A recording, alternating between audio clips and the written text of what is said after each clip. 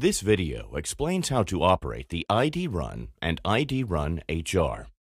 The iD.RUN and the iD.RUN HR have 4 buttons. The Start button on the top right will switch the watch from clock mode to the menu selection screen.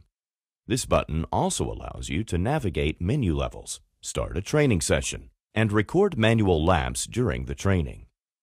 The Stop button on the top left is used to navigate backward while selecting menu options and also allows you to exit or save a training session while in training mode.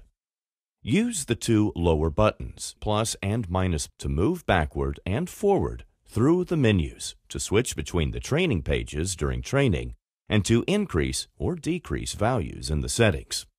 Pressing both of the lower buttons at the same time turns on the backlight. If you are using your iD.RUN or iD.RUN HR for the first time, press and hold the Start button for 5 seconds to wake from sleep mode. You will begin in the Settings menu, where you select Language, Units, Time, and the time zone. Please refer to the operating instructions for a list of time zones or look up on the Internet. Next, set the summertime or daylight savings on or off, the current month and year, your gender, birth year, weight, and height. These are the initial settings for using the watch. Any other settings can be edited at a later time. On the Start screen, you will see the date in the top line, current time in the middle display area, and the activity indicator along the bottom.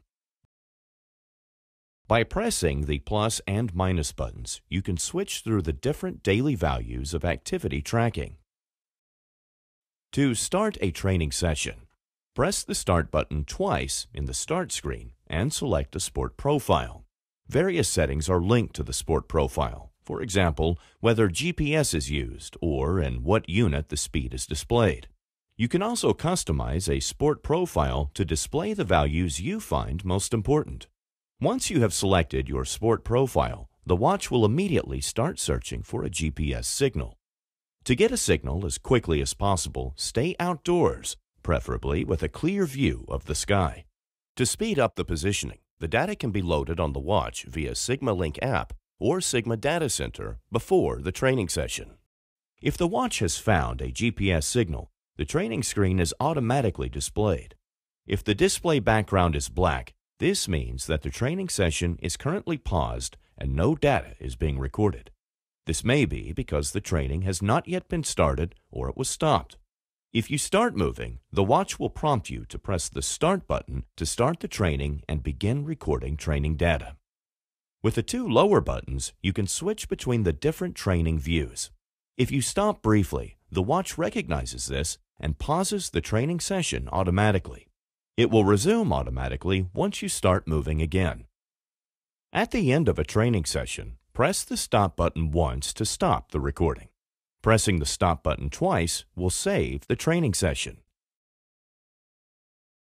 To view saved workout data, navigate to the Memory setting. Here you will find all the saved training data, training statistics, as well as your best performances. If you would like to analyze the data in more detail, you can connect the watch to your PC or Mac via USB cable and use the Sigma Data Center to view your training. With a compatible Android smartphone, you can also transfer the data to the Sigma Link app via NFC wireless transmission. This gives you more detailed evaluation options and can be used to analyze speed, pace, or distance on a map.